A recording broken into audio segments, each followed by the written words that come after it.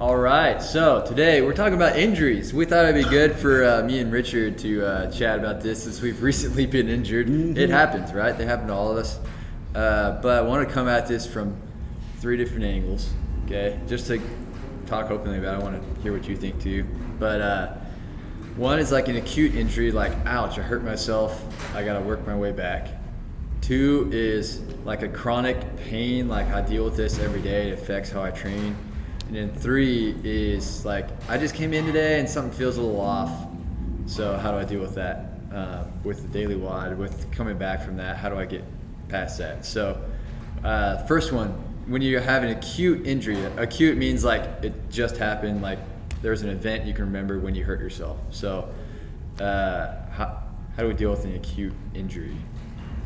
Well, I mean, I feel like with most injuries, like if it's a lower back like mine, yes, I heard it on 21.2, but I feel like I've been building up to that more. So, taking some time resting, I've been stretching and mashing out while I can. I got some advice from you for some great stretches, and just paying attention to what you do and how it hurts really helped me.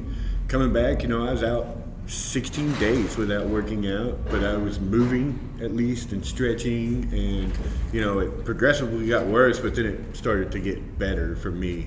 And I actually did my first workout yesterday, 16 days later. But I feel like my biggest problem was not knowing actually what was hurting. Like I knew where the pain was, but I didn't know how, or I guess what was causing this said pain, in my back. I didn't feel like it was my back because it would hurt sometimes when I wasn't even using my back. But so really finding out what is wrong first would be my first step. Yeah, find out what's wrong. Yeah. And like with an acute injury, like imagine like you hurt your knee or you tweaked your back or like you fall over and your shoulder hurts, so it affects how you move. You're like, it sort of eliminates certain movements you can do on a given day, but it doesn't mean you like can't work out at all. Usually, like in your case, like you hurt everywhere, so it sort of limited what you can do for several days. Like in my case, I was doing a bunch of overhead lifting and I wasn't caring enough about warming up my shoulders and working on my shoulder mobility and everything, and so I ended up getting kind of hyperextended a lot, which affected the middle of my spine, my T-spine, my thoracic spine, and so I got a little bit of inflammation there. It didn't really take me out completely, but it was enough that like I couldn't really lift something off the ground easily with no discomfort, and so I decided to dial it back. I ended up not finishing open workouts at the time, and but I did find there was definitely things I could do to work around it. There's usually ways that you can work around an injury, like finding low impact exercise or not doing any weightlifting or finding different strict work that you can do that doesn't hurt. Like you said, like finding stuff that doesn't hurt, you can still be active. Right? Like after several days, you're able to walk a little bit, got you up and moving. Or like in my case, I was able to do just some strict upper body work. It didn't hurt to hang from a pull-up bar or do push-ups, like getting in a plank position. So I did a lot of strict pull-ups and strict push-ups and a lot of planks in the last couple weeks, and that helped me stay active and keep my system moving, and it sort of helped reprogram my spine to also be like, okay, this wasn't something that was so threatening that I needed to like be off, and actually sitting doing nothing is worse. It's exercise is medicine. If I would have done nothing, then I would have gotten stiffer and stiffer. It would have prolonged my recovery. So the body's going to heal at its own rate. You can't necessarily speed up recovery, but there's things you can do that actually slow it down, like doing nothing but sitting or trying to work through it and make it worse. Yeah, I could get on the bike here and there, and I would get about a mile in and I'd start feeling the front of my leg just really starting to hurt, so I'd jump off and rest for a while and maybe stretch 20-30 minutes after that, and I was just trying to not hurt. It was pretty bad. I mean, I couldn't walk for more than like 5 minutes at a time. I couldn't do the dishes. I couldn't really cook food. So I ate some bad meals, which really didn't help. I didn't approach it like I should have really, but we're better now, and we learned a lot from it. The bike was about the only thing I could do that had no pain, other than even stretching and all that hurt. I remember I told you whenever I went that way with my leg, that it was the worst pain. Don't do that. Yep, found it. Let's not do that. Yeah, like even in the gym though, there's things you can do. Like let's say if you have a knee injury, a lower body injury, and as far as like from your hip up, you feel fine. You can definitely come in. You can get on the skier. You can do upper body strict work. You could hang out on that side of the gym where there's lots of machines where you can just do some pressing. But there's ways that you can work around it. But what about like the chronic pain? Like you have inflammation, tendonitis, you have chronic back pain, from the lifestyle that you're living or something like that. Like how do we deal with that? I mean, from personal experience, my back will tighten up in the winter, and I just have to really be smart about my warm-ups.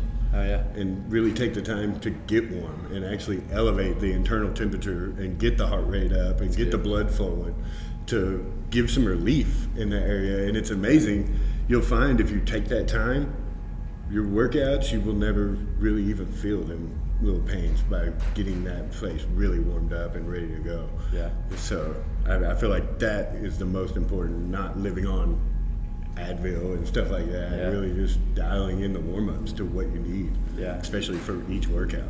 Yeah, I was also thinking though, like whenever you mentioned like with the acute injury, like what led to that? Like a lot of times an acute injury will happen because of, whatever you've been repeating a bunch of times leading up to that. Yeah. Same thing with chronic pain. If you have tendonitis, usually that's because there's been something about your movement patterns or way you've been moving that has added up over time. Usually, like our tissues are not meant to start hurting like that and hurt forever. And so if you're having some chronic pain, then it's good to sort of dial back anything that makes it worse and work on your positions, work on how you're feeling, like working on your squat, working on your deadlifts, working on your overhead pressing, improving your positions. Whether if it's a mobility issue, working on mobility. If it's I just haven't cared about my technique because I want to get more reps, maybe like consider your motivations of working out and work on increasing that value of moving better so that you can ultimately move more down the road because you're going to feel better. You're not going to hurt as bad. What do you think about that? Yeah, and I mean, whenever I came over here, I was doing CrossFit on my own, and I developed really bad tendonitis right in both elbows. So I'd have to every day take a dumbbell and do really force negatives and then help it up. I didn't want to pull on that muscle, but I could do that, and that allowed me to do pull-ups. Did that for like 6 months every day, and now I actually. So you sort of dialed back so you can address the issue. Mm-hmm. I mean, CrossFit's got a lot of pulling in it. Yeah. A lot of pulling. So I wasn't able to really do anything without doing that. That was my first warm-up of every day. Some negative curls. And I've actually helped a lot of people out by telling them that. Yeah. So, it's true. Okay, what about like if we we walk in, you see the daily WOD, and we were just like, man, I just don't feel right today. I woke up a little creaky, a little achy. Like, I don't know how, but my knee randomly hurts today or whatever. How do we deal with that? How do we work around that? If I was an athlete, the first thing I would do if I looked at the WOD and it didn't line up is go to my coach. Oh, yeah, that's good, yeah. And trust him to know that my coach has the best interest for me in his heart, and he's going to give me a scale. Necessarily not showing up would be, I think, the worst thing to do. Show up, give your coach a chance to actually build trust with you, and we want the best for you, so we don't want it to hurt. We want you to get better. That's a good point. Yeah, okay, so if your coach, we need to say this, if your coach asks you how you're doing, like usually we just generally ask like, hey, how's it going today? Whenever you walk into class, we generally want to know how you're feeling, like as a friend, like, oh yeah, I'm good, but or you're like, oh, I had a rough day, but also that's giving you permission to say like, I hurt somewhere, or like, I'm not feeling 100% today, I feel a little sick, or has a runny nose, or got 3 hours of sleep. Got 3 hours of sleep, I haven't ate today. That's us giving you permission when we say, how's it going? That's us giving you permission to like, go ahead and say that, and we hope you would say that, because we want to help make the workout best for you that day, Right. because we don't want to break you down further and make anything worse. Yeah. And so whether that's adjusting the workout to be just as intense but has slightly different movements so you don't hurt something that's hurting, or scaling it down a little bit if you're feeling a little under the weather that day, so that tomorrow can be more intense because you took it easy today the way you should. Or if you didn't get much sleep, then it's like, all right, let's work on technique today, move really well, get some better sleep tonight. This exercise is going to help you sleep better tonight as long as you wind down well, and then you'll come back and hit it again tomorrow. Yeah, you can. I've got great workouts where I've just moved the entire time. Yeah. Didn't have to take long breaks, just moving, maybe a little out of breath, but I could still hold a conversation through the whole thing. Maybe I couldn't sing a Whitney Houston song, but I could move and get the blood flowing, because the blood is what's going to cure. Yeah, movement's medicine. Yeah, I mean, it's the best medicine I've found. It's why I do what I do. Yeah. I feel like I can really help people. I always use the diabetes. You can be on medicine to fight your diabetes for your whole life, if it's from your diet, or you can clean your diet up and exercise and actually not have to take medicine. You see it all the time. Doctors are just going to give you medicine. It's not their job to change your habits. It's their job to keep you alive. Yeah. It's my job to change your habits. I like that. So I feel like that makes a great point, that like what we're basically saying today, if you feel an injury, like you have an injury, chronic pain, or you're just a little off, like rather than taking some kind of medicine to cover it up or try to grit through a workout, like let's address it that day. There's always ways to work around it so we can ultimately improve down the road. So yeah, good stuff. It's just going to make us better coaches too. Yeah. I mean, it really will. Yeah, I like it.